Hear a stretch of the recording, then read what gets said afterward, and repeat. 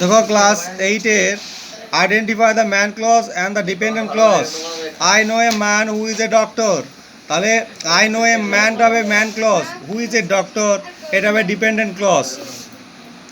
তাহলে tell me who open the door, তা tell me main clause, who open the door dependent clause. ঠিক আছে, she is the girl who always takes care of her friends, তাহলে she is the girl এটা main clause, who always takes care of her friends a dependent clause. Okay, we shall stay at home, তাহলে if it rains তাহলে we shall stay at home এটা হবে main clause, আর if it rains এটা হবে dependent clause. এই দুটো ছক করা আছে, এই দুটো ছকে করতে হবে।